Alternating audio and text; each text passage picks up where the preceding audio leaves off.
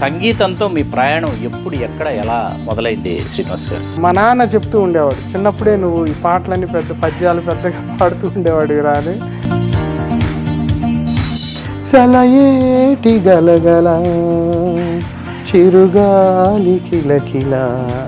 మన జనరేషన్ అందరూ బాలు గారి పాటలతో ప్రయాణం చేస్తూ మన పెద్దవాళ్ళు ఘంటసాల గారి పాటలు వింటుంటే అవి కూడా వింటూ పెరిగినటువంటి ఒక తరం మన తరం. ఘంటసాల నిజంగా మనందరికీ ప్రాతస్మరణీయుడు. తెలుగు పాట నేపథ్య గానం ఇలా ఉండాలి నిర్దేశించిన మహానుభావుడు తెలుగులో ఘంటసాల గారు. ఫర్ ఎగ్జాంపుల్ నాకు ఏఆర్ రెహమాన్ పాటలు అస్సలు ఎక్కువ. మీరు ఏంది అనుకోండి, నేను 2-3 కొండలు ఉంటే బద్దలు కొట్టేలా చెప్తాను. నార్త్లో ఆర్డి బర్మన్ ఎలానో, సౌత్లో ఇళయరాజా. కానీ మనల్ని మనం ఇళయరాజా భజన చేస్తూ,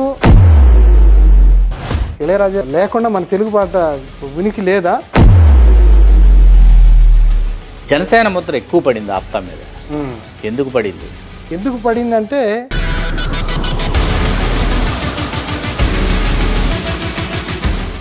తెలుగు రాజ్యం ప్రేక్షకులకి హృదయపూర్వక స్వాగతం. నేను మీ చిల్లగట్టు శ్రీకాంత్ కుమార్. సంస్కృతి అన్నా, సంప్రదాయం అన్నా, సంగీతం అన్నా, కళలన్నా చెవి కోసుకునేటటువంటి ఒకానొక పేరు మన ఎదురుగుండా ఉన్నటువంటి ఆ మూర్తి శ్రీనివాస్ చెమట గారు. నమస్కారం శ్రీనివాస్. నమస్కారం. ఎందుకంటే మిమ్మల్ని పరిచయం చేయడానికి ఎలా పరిచయం చేయాలో నాకు అర్థం కావటం లేదు. ఎందుకంటే అమెరికన్ ప్రోగ్రెసివ్ తెలుగు అసోసియేషన్ ఆ వ్యవస్థాపన ఏదైతే ఉందో, వ్యవస్థాపించిన తర్వాత దాని యొక్క నడక ఏదైతే ఉందో, దాని యొక్క ప్రయాణంలో ఒక ప్రధానమైనటువంటి పాత్ర పోషించి ప్రగాఢ ముద్ర వేసినటువంటి శిఖర సమానులు మీరు. అట్లాగే చిమటా మ్యూజిక్ ద్వారా తెలుగు సినిమా సంగీతానికి మీరు చేస్తున్నటువంటి సేవలు అనాలి. ఆ సేవలు చిరస్మరణీయమైనటువంటివి. చాలామంది సంగీత ప్రియుల యొక్క దాహార్తిని చల్లార్చినటువంటి చిమటా మ్యూజిక్ వ్యవస్థాపకుడిగా మీ పేరు ఎప్పటికీ చరిత్రలో చిరస్థాయిగా నిలిచిపోతుంది, సందేహం లేదు. అలాగే ఎస్వి రంగారావు గారి శత జయంతి ఉత్సవాలు తెలుగు రాష్ట్రాలలో ఎవరు జరుపుకున్నారో జరుపుకోలేదో నాకైతే గుర్తు రావటం లేదు. కానీ మీరు అమెరికా సంయుక్త రాష్ట్రాలలో మీరు ఎస్వి రంగారావు గారి శత జయంతి ఉత్సవాలు నిర్వహించడం, అట్లాగే మీరు ఇక్కడికి వచ్చి ఎన్టీ రామారావు గారి శత జయంతి ఉత్సవాలు నిర్వహించడం, తెలుగువారికి మీరు ఆ వెలకట్టలేనటువంటి ఆ కార్యక్రమాల్ని కానుకగా అందించినటువంటి తీరు ఖచ్చితంగా అభినందనీయం. అసలు ఈ సంగీతంతో మీ ప్రయాణం ఎప్పుడు ఎక్కడ ఎలా మొదలైంది శ్రీనివాస్ గారు? ముందుగా తెలుగు రాజ్యం యాజమాన్యానికి, అలానే ఈ ప్రోగ్రాంని వీక్షిస్తున్నటువంటి ప్రేక్షకులందరికీ శ్రీనివాస్ చెమట నమస్సుమాంజలి.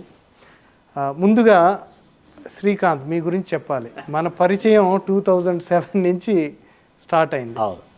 అప్పట్లో మీరు చిరంజీవి ఒక విజేత కథ అనే పుస్తకం వేయటం, అప్పుడు అదే టైంలో నేను చెమటా మ్యూజిక్ వెబ్సైట్ పెట్టి ఆ ప్రస్థానంలో మన ఇద్దరం కలుసుకోవటం, పులగొంచి నారాయణ, జీవి, ఐడియల్ బ్రెయిన్ జీవి వీళ్ళ సమక్షంలో మనం గణిశెట్టి కృష్ణ గారు మా కజిన్నే, వాళ్ళ సమక్షంలో మనం కలుసుకోవటం జరిగింది. అప్పటి నుంచి మన స్నేహం కొనసాగుతూనే ఉంది. తెలుగు భాష శ్రీకాంత్ అనగల నాకు ఫస్ట్ స్ఫురించేది ఏంటంటే స్వచ్ఛమైన తెలుగు భాష మాట్లాడటం కానివ్వండి. ఎందుకంటే నాకు తెలుగు భాష ఆరో ప్రాణం చిన్నప్పటి నుంచి. సో తెలుగు భాష చక్కగా మాట్లాడేవాళ్ళంటే నాకు చాలా ఇష్టం. సో వాళ్ళల్లో మీరు ముందు వరుసలో ఉంటారు. అలానే ఈ రోజున టీవీలో చూస్తూ ఉన్నాం చాలా ప్రోగ్రామ్స్. ఇప్పుడు యాంకర్స్కి వాళ్ళకి తూ అంటే తా తెలియదు, అంటే అసలు వాళ్ళకి పూర్వోత్తరాలు కానీ అసలు విషయ పరిజ్ఞానం వాటి మీద ఒక అవగాహన కానీ. ఇంటర్వ్యూ చేసే ముందు I always wish that anchors అంటే శ్రీకాంత్ లాగా ఉండాలి, అలానే స్వప్న గారి లాగా ఉండాలి. ఇలా చాలా వేళ్ల మీద లెక్క పెట్టచ్చు. అంటే మీకు మంచి విషయ పరిజ్ఞానం ఏమి రాబట్టుకోవాలి, ఎలా రాబట్టుకోవాలి అనేది తెలిసిన అతి కొద్ది మందిలో మీరు. ముందుగా నేను నా అభినందనలు తెలియజేస్తున్నాను మీకు. చాలా సంతోషం, హృదయపూర్వక అభినందనాలు. Thank you. Thanks for having me. నేను సాధారణంగా వీటికి ప్రచార ఆర్భాటాలకు కొంచెం దూరంగా, చాలా దూరం. మీరు అసలు చాలా సంవత్సరాలు పట్టింది మిమ్మల్ని ఇలా కూర్చోబెట్టడానికి. సరే, ఇంకా నేను కూడా ఇప్పుడు ఐఎమ్ 50+ నౌ. ఇంకా I think it's time to speak అని నిర్ణయించుకున్నాను. నాకు తెలుగు భాష కానివ్వండి, తెలుగు పాటలు మా ఇంట్లో చిన్నప్పటి నుంచి మా అమ్మ, మా నాయనమ్మ తెలుగు సినిమాలు విపరీతంగా చూసేవాళ్ళు. మాది ప్రకాశం జిల్లా, ఇప్పుడు బాపట్ల జిల్లా, పర్చూరు పక్కనే ఉన్నటువంటి నూతలపాడు, ఒక పల్లెటూరు. పల్లెటూరు అంటే మరీ కుగ్రామం కాదు. మా ఊళ్ళో సినిమా హాల్ ఉంది, చాలా అన్ని వసతులు ఉన్నాయి మా ఊళ్ళో. సో చిన్నప్పటి నుంచి వాళ్ళు సినిమాకి వెళుతుంటే వాళ్ళతో పాటు వెళుతూ ఉండేవాడిని నేను కూడా. అలా నాకు తెలుగు సినిమా అంటే విపరీతమైన అభిమానం. అలానే మా ఇంట్లో ముగ్గురం, మా అక్క, నేను, మా తమ్ముడు. వాళ్ళిద్దరికి లేని సినిమా పిచ్చి నా ఒక్కడికే అబ్బింది చిన్నప్పటి నుంచి. సో అలా చిన్నప్పటి నుంచి నాకు ఇప్పటికీ గుర్తు, నేను 53 years నా. దేవదాసు సినిమా పోస్టర్ అంటే నేను 4వ సంవత్సరంలో ఉన్నాను, అది ఇప్పుడు నాకు గుర్తు.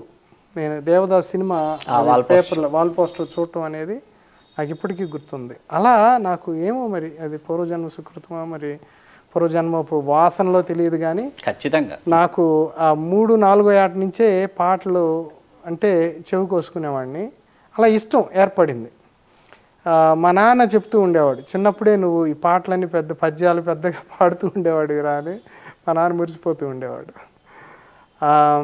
అలా నాకు వయసుతో పాటు ముఖ్యంగా బాలు పాట అండి. బాలు పాట చిన్నప్పుడు నాకు 6-7 సంవత్సరాలు ఉంటాయి. ఇప్పుడు తాళి కట్టు శుభవేళ ఇవన్నీ మాకు పల్లెటూళ్ళలో ఆ గుడి మైకుల మీద కానివ్వండి, ఏమన్నా ఈ ఎద్దుల పందాలు ఇలాంటివి, తిరణాళ్ళు, తిరణాళ్ళు, ఈ సిళ్ళు అంటాం అక్కడ మేము, పోలేరమ్మ సిళ్ళు మా ఊళ్ళో నూతలపాడులో జరుగుతుంది. ఆ సందర్భంగా మైకుల మీద పెద్దగా పెళ్ళిళ్ళప్పుడు ఈ మైకుల్లో వచ్చే పాటలన్నీ అవి నాకు ఒక జీవిత కాలం పాటు నన్ను ప్రభావితం చేశాయి. ఆ పాటలన్నీ నాకు అప్పటి నుంచే నా మస్తిష్కంలో ఏమేం పాటలు విన్నాను కూడా నాకు ఇప్పుడు గుర్తు. తాళి కట్టు శుభవేళ, అలానే అవన్నీ ఏంటంటే ఒలమ్మి తెక్కరేగిందా అన్నీ మా 7 years ఉంటాయి మాకు అప్పుడు ఆ ఏజ్. సో ఈ పాటలన్నీ అలా నాకు వయసుతో పాటు ఈ బాలు పాట, ఇక్కడ బాలు అంటే ఒక్క బాలు కాదండి. అంటే నేను ఎలా చూస్తానంటే ఇప్పుడు ఘంటసాల నిజంగా మనందరికీ ప్రాతస్మరణీయుడు. ఎందుకంటే ఆ మహానుభావుడే తెలుగు పాట నేపథ్య గానం ఇలా ఉండాలి అని నిర్దేశించిన మహానుభావుడు తెలుగులో ఘంటసాల గారు, నిస్సందేశంగా నిస్సంకోచంగా. సో ఆ అగ్రతాంబూలం ఆయనకి ఇవ్వాల్సిందే. ఆయన తర్వాతే బాలుగారైనా మరి ఎవరైనా. బాలుగారే స్వయాన చాలాసార్లు అంగీకరిస్తారు, అదే ఆయనే వారిస్తారు. You are the ultimate singer and no Ghantasala master ఉండగా నన్ను ఇప్పుడు ఆ మాట అనొద్దని ఆయన దయచేసి అనొద్దని ఆయనే వారిస్తారు మనల్ని. సో అలాంటి అగ్రతాంబూలం ఘంటసాలకి ఇవ్వాలి. కానీ మరి ఏంటో కానీ నాకు అది నేను ఎలా చూస్తానంటే 50s 60s పాటలన్నీ మా ఫాదర్, మా బాబాయ్ వాళ్ళ జనరేషన్ పాటలు అనుకుంటే, మా జనరేషన్ ఇప్పుడు మన జనరేషన్ వచ్చేసి బాలుగారి పాటలు ఒకసారి చిన్నప్పుడు ఇలానే రేడియోలో ఒక స్టేషన్లో అందము చందము ఐశ్వర్యము గలని వస్తుంది, అప్పు చేసి పప్పుగూడు పాట. మా పెదనాన్నది చాలా తన్మయత్వంగా వింటున్నాడు. ఈలోపు నేను దాన్ని వెళ్ళి తిప్పితే విజయవాడ బీలో మంచిని సమాధి చేస్తారా, ఇదంతా నాకు జస్ట్ హార్డ్లీ 8 years అప్పుడు. ఇదంతా నేను గబక్కన అది తిప్పాను. ఇదేంటంటే నాకు చాలా బోరింగ్గా ఉంది, కనెక్ట్ కాలేదు.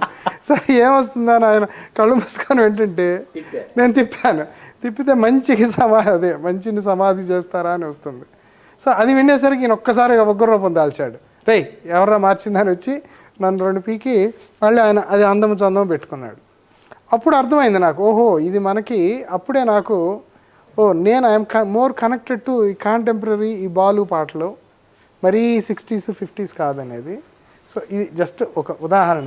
ఎందుకు please do subscribe to Telugu రాజ్యం ఛానల్.